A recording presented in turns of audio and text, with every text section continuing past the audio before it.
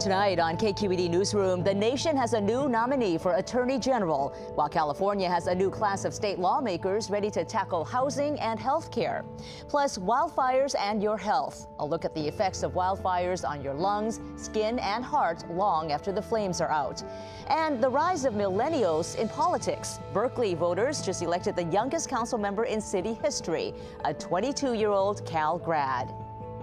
Hello and welcome to KQED Newsroom. I'm Thuy Vu. We begin with politics. Today, President Trump nominated William Barr for Attorney General, replacing Jeff Sessions, who resigned under pressure. Barr served during the George H.W. Bush administration. The nomination came during a week when the nation paid tribute to Mr. Bush at his funeral. Meanwhile, in California, the state legislature began its new session on Monday with the largest group of Democrats in modern California history. They're already proposing a host of legislation, including far-reaching measures to tackle the housing crisis. Joining me now to discuss all of this are Sean Walsh, a Republican strategist with Wilson Walsh Consulting, KQED Politics and Government Senior Editor Scott Shafer, and KQED Politics government producer and reporter Guy Marzorati. Good to have all of you here. Good to be here. Sean, you served in the White House press office during the first Bush presidency. William Barr was the Attorney General then. What can you tell us about him? Actually, it's somewhat of an inspired pick by President Trump. I mean, I think he did something right from an appointment perspective. He's a tough law enforcement guy. He has the confidence of the rank and file law enforcement in DOJ, and he's a guy not to be pushed around. That said, he will not respond or react, and I think try and curry favor with the president if he fires a tweet storm out at him at 3 o'clock in the morning. But there's already some controversy about him, right? In particular, a 1989 memo he wrote that expressed the sweeping theory of presidential powers, the constitutional authority to act, even without congressional permission or in defiance of certain statutes. Well, I don't think that's controversial at all. I mean, you've got people who believe fundamentally that the powers of the presidency are very, very strong, the executive branch and the divisions between the three branches. You see that memo. You're going to also see criticism that he helped support President Bush during the Iran-Contra issue and tried to keep Congress at bay. This is just the opening salvo to try and knock him off his game, but I guarantee you he will be confirmed.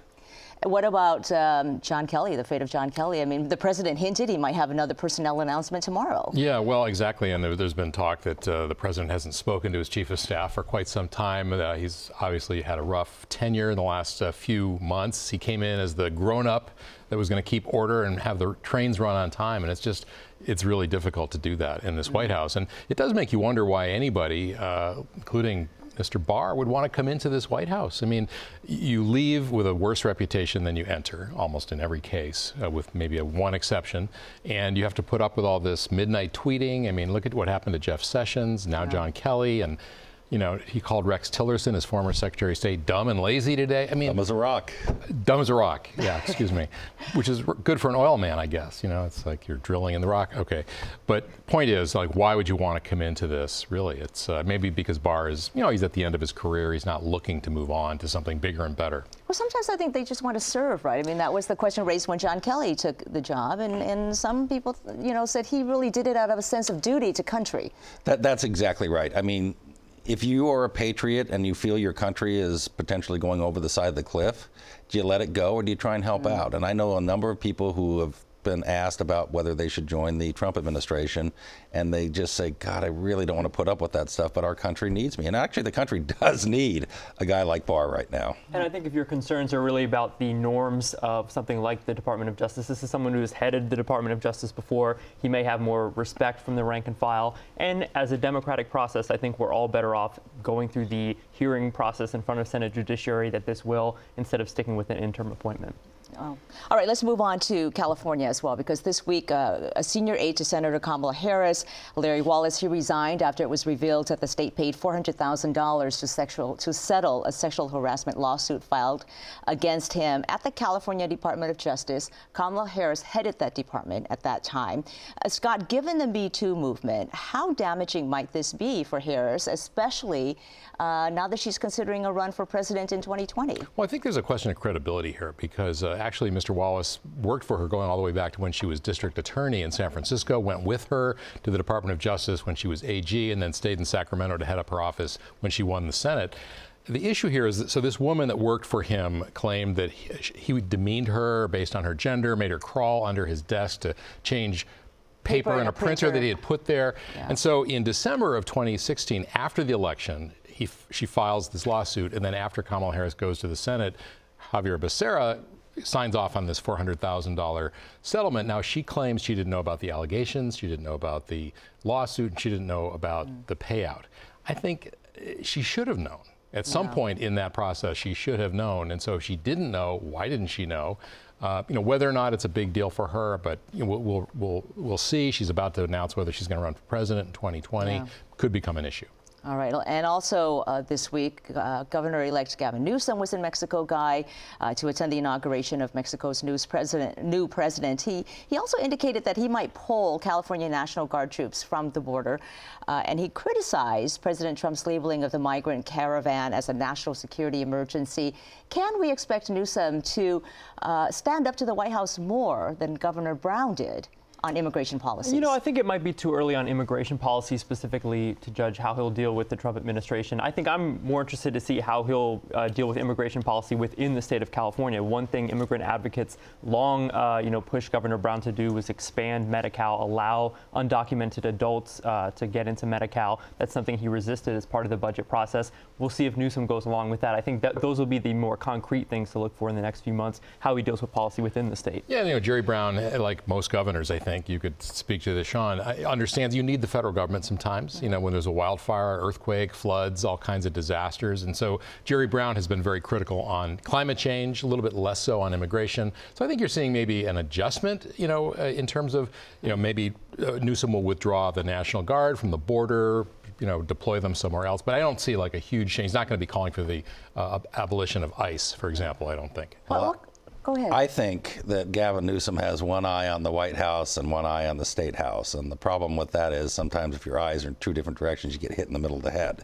He had $40 billion on the first day of the legislative session put forward by the Democrats in spending, number one. Number two, I do think he wants to be a foil against the Trump administration because that raises his profile on the national level. And if you're a California governor, I don't care who you are, you're automatically considered to be a presidential contender. In the meantime, he still needs to run the state. And now he's working with a state legislature that the Democrats have a mega majority. 3/4 of both houses are held by Democrats. Guy, how would that relationship work, do you think, between the governor and that Democratic mega majority? It's going to be fascinating to watch. I mean, this week I was making a lot of calls around housing legislation that was introduced, and you heard just from everybody how excited they are to work with the Governor Newsom and, follow up on his campaign pledges to spend on housing. And if housing advocates are hearing that, child care advocates are hearing that, and higher education advocates are hearing that, everyone sees this new governor as their meal ticket to the spending that they didn't get under Governor Brown.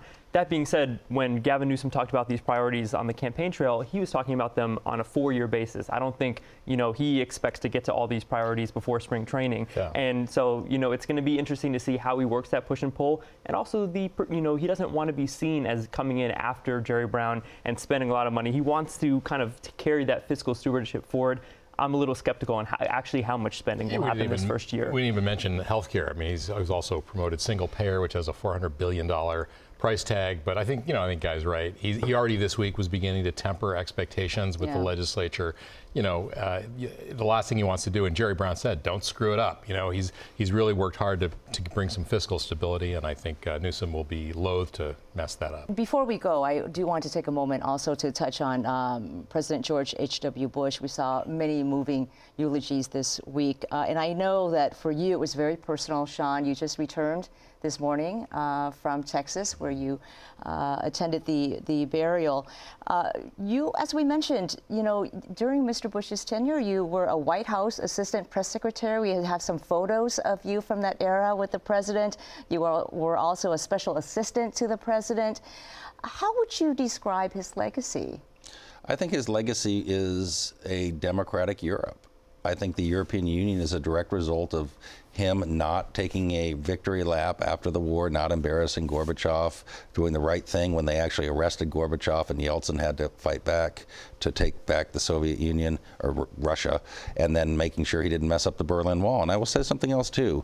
He did raise taxes, read my lips, no new taxes. People criticized him, but when he did that, the economy at that time, believe it or not, needed that. It needed it because with the tax increases came entitlement spending reforms, and you got, right after he left office, Bill Clinton with a surplus in money, and the country was stabilized. So here's a man who did what was right, even though all of his political aides and advisors said it's politically wrong. So it's quite a contrast, I think, from what we have in our politics today. And speaking of Bill Clinton, he did leave that gracious note for Bill Clinton when he left office. But, you know, there were also elements of his record that some people don't remember so fondly, Scott. Sure, and that's true with any president. But I think this week, during all the tributes that were appropriate for President Bush, there were AIDS activists and leaders in the LGBT community remembering that he was not a leader on HIV/AIDS. It was kind of, as somebody said, a kinder, gentler indifference, you know, compared to the Reagan administration. He did say some things earlier and maybe with more compassion than President Reagan did. But I think that that's one area for sure that there's going to be a hole, I think, in his record. But you know, I don't think anybody can doubt that he was, you know, a kind person, honest, integrity, all those things that some people feel are lacking today in Washington. Certainly some very moving video this week as we were watching the burial and the funeral. Thanks to all of you, Scott Shafer, Guy Marzorati, and Sean Walsh. Thank you.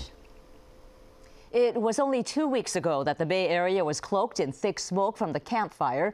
Doctors and air quality officials urged people to stay inside. Medical experts say wildfire smoke is bad for your lungs and heart, especially for children, the elderly, and people with cardiac and respiratory ailments. Like secondhand tobacco smoke, the effects of wildfire smoke linger even after the flames die down. Medical researchers are now trying to determine just how serious the risks are and what can be done about it. Joining me now to discuss this are Aaron Glantz, a senior reporter at Reveal and the Center for Investigative Reporting, and Professor Catherine Hammond, an epidemiologist at UC Berkeley's School of Public Health. Welcome to you both. Aaron, you've been talking to people in the Bay Area as far as 200 miles away from the campfire, yet we're still exposed to all that smoke. What have they been telling you about the smoke and its health effects? Well, people are complaining. You know, they can't breathe. Their schools were closed because it was unsafe to breathe inside or outside. We wanted to know, you know, what is the health effect of all of this? So we start calling hospitals. We found out it's a little bit early for hospitals to give you good data. And so what we decided to do was look back at last year's fire, the Tubbs fire, where there is good data. In the North Bay. In the North Bay, in Napa and Sonoma counties. We looked at all 9 hospitals in Napa and Sonoma counties 3 to 5 months after that fire to see what was happening to people. And what we found was a 20% increase of people going to the emergency room for cardiac and respiratory issues. In other words, they were having trouble breathing or they were having trouble with their heartbeat.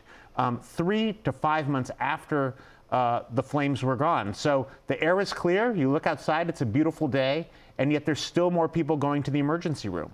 And so, Professor Hammond, what does that say to you, right? Because you have these lingering effects 3 to 5 months afterward. We know about the damaging effects of tobacco smoke, secondhand smoke, vehicle exhaust. How does smoke from wildfires compare to that?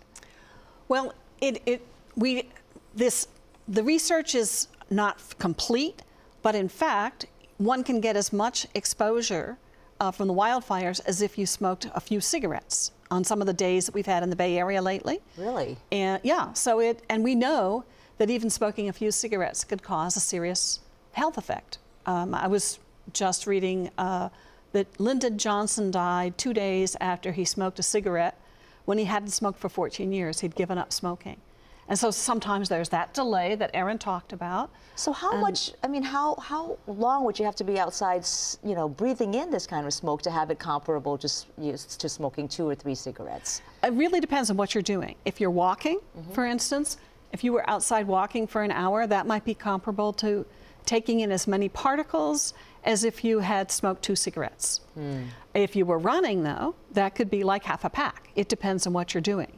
So if children are outside playing, they're going to be getting quite a bit more. And that's a scary thought. And I know that, Aaron, you're also still reporting on this, and you're asking the public and medical providers to share their stories about recent wildfires and how it's affected them and their health. How can they reach you? And we're asking people to text us, text the word FIRE to 63735. That's FIRE to 63735. And the reason we set up this text line is because the research is really incomplete, not only about this fire, but about these fires in general. And the reason is because we have never had fires like this before. Camp Fire is the worst fire in California history. The Tubbs Fire, which is only last year, was at that time the worst fire in California history. 5 of the 10 worst fires in California history are in the last 2 years. And with global warming, there are certainly concerns that we will face more of these fires, and they'll be even more fierce. Yeah, so when you talk about the kind of peer-reviewed scientific research that's going to come out of our universities, we may have to wait a few years to get that kind of quality data. And in the meantime, we in the media need to get out ahead of this. You know, we need to start asking questions, informing the debate. And so we are leaning on the public to help us out. Kathy, is there any data at all on the long-term effects of breathing smoke from fires? What happens like 18 months or longer afterward? There's none that I'm aware of. I think that, but what we can do is look again at particle exposures. And I think it's excellent that Erin's doing this work, and I think we need to go forward planning to do careful epidemiologic studies. But we can look at things like the fact that in the Central Valley, the particle exposures there have sometimes been comparable to what we've been experiencing in the Bay. They get that every year for several days a year. Now, why is that? That's air pollution. And so that's an air pollution problem. And I have a major study in Fresno and the surrounding area. And, you know, we're seeing increased rates not only of asthma and asthma attacks, but also more children have asthma there. We're seeing preterm births increase. Because of smog and smoke. Because of smog and smoke. And we certainly know these are also the health effects that one gets from secondhand smoke. And the levels that we see are over 10 times, what we were seeing during that peak of that, were over 10 times the highest level you're supposed to have in any day. How would you go about testing for effects from wildfire smoke, though? I read somewhere that researchers can perhaps collect hair samples because hair grows at a certain rate, and you can go look at that strand of hair and kind of look at the period of time where the fire happened, when the fire happened, and kind of determine things from there. Well, doing the hair is an attempt to look at the exposure and to get the history of the exposure and to see if particular toxic materials are in the hair, more in the hair during the time of the fire. So that's what but that would not tell you about the health effects. But the health effects can be studied, for instance, as Erin is talking about, by looking at the emergency room data as they collect it, but looking at that very carefully. And that is, as they collect it, is not as clean as it will be once, you know, it's been carefully vetted through the medical system. But that can be looked at. We also look at preterm birth, and will there be a spike of that? After that, we'll have to see. We're seeing some effects from birth defects even. Now, those birth defects are very hard because they're rare enough, it's hard to see that, but those studies could be done. I just want to say there's so much that we don't know about these fires because these fires are new. It is a new type of pollution. We had 150,000 acres of forest burn and 20,000 buildings, which are full of household cleaning products. So we're breathing Drano that went up in smoke. We're breathing paint thinner. Gas stations exploded.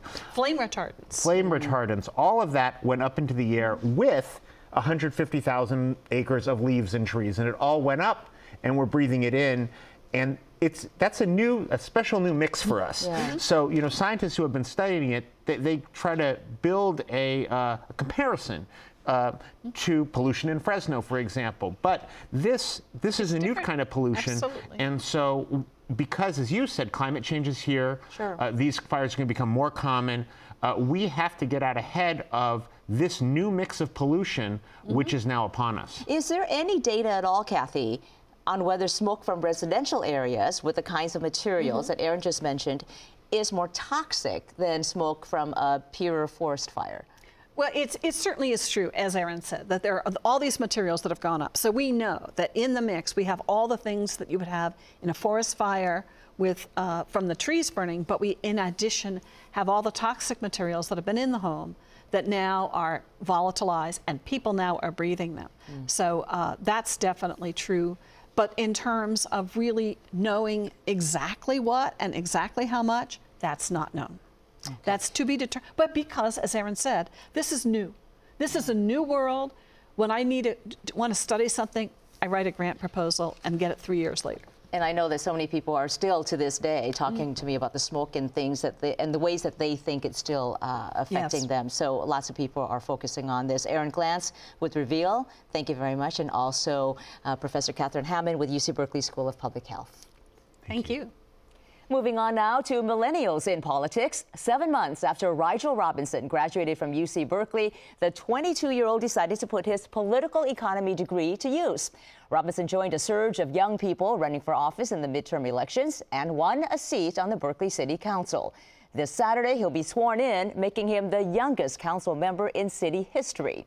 Rigel Robinson joins me now, along with his campaign manager, Varsha Sarveshwar. Good to see both of you. Thank you so much for having us. Well, from one Cal graduate to another, congratulations to Go Bears. I mean, not only are you the youngest city council member in city history, you have the unanimous backing of all the city council members and the city's mayor, an unprecedented task.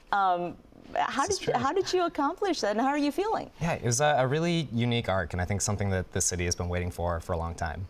Berkeley is an incredible, really beautiful and magical place. It's been close to my family for generations, but is also at a really pivotal crossroads right now. It's a city that is simultaneously, it seems, on the cutting edge of progress and new ideas, but also deeply stuck in the 60s at the same time, and also a city that is the host to the gem of our public university system in California. And why did you decide to run? I mean, was it primarily because of that juxtaposition, or were there other factors? A third of the population of the city of Berkeley at any given time is students, and it only takes one visit to a city council meeting or a zoning adjustments board meeting to get a sense of just how many of our neighbors really don't believe that we need more student housing and don't believe that young people should have a voice in this city.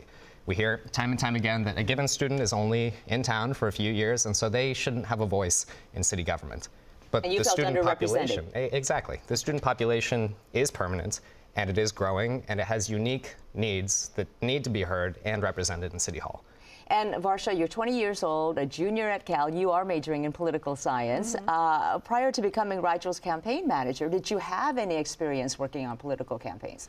I had some experience here and there. I mean, I had the good fortune of being able to help out Senator Kevin DeLeon this past year. I'm currently working for Assemblymember Rob Bonta. I've worked and interned on campaigns here and there, but this was the first time I sort of ran a campaign and had some real professional experience. So it was absolutely a learning curve.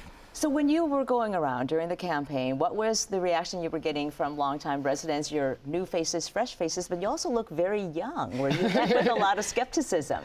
Yeah, we get a fair deal of that, but we would generally find, once we can knock on someone's door and get past that first, oh, you're only 22 and you want to represent me, when we could actually talk to our neighbors about the issues affecting our neighborhoods, they were deeply receptive. What were you telling them? What were the issues that were part of your platform?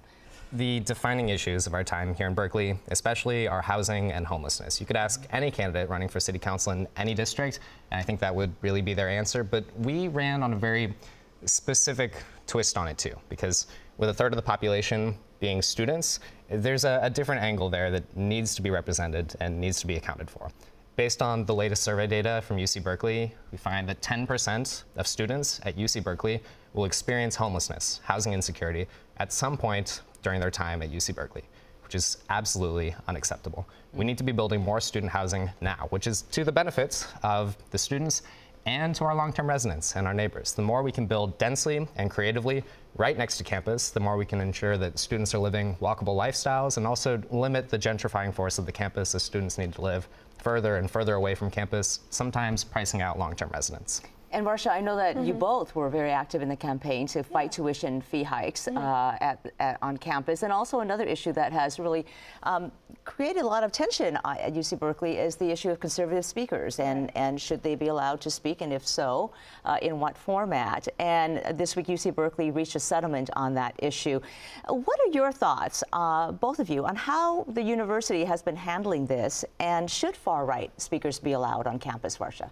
You know, it's been a really challenging issue facing our campus and our entire community over the past few years. I've been a student since fall 2016, so I have sort of seen this entire arc play out. I think in terms of the legal precedent, I think it's pretty clear where the law is on whether or not they can come to campus and speak, but the reality is that these instances have been deeply traumatic for our campus and our community. I've had to hop police barricades to come to class. I've had to be in class with police helicopters and news helicopters flying overhead campus. These are experiences that have been deeply disruptive for all of us who call Berkeley home, not just the students, not just the staff, not just the faculty, but for the people who have been living in Berkeley for decades. And we really hope that Rigel can speak to this, but these are not the issues that students on campus are worried about. We're worried about housing. We're worried about food insecurity.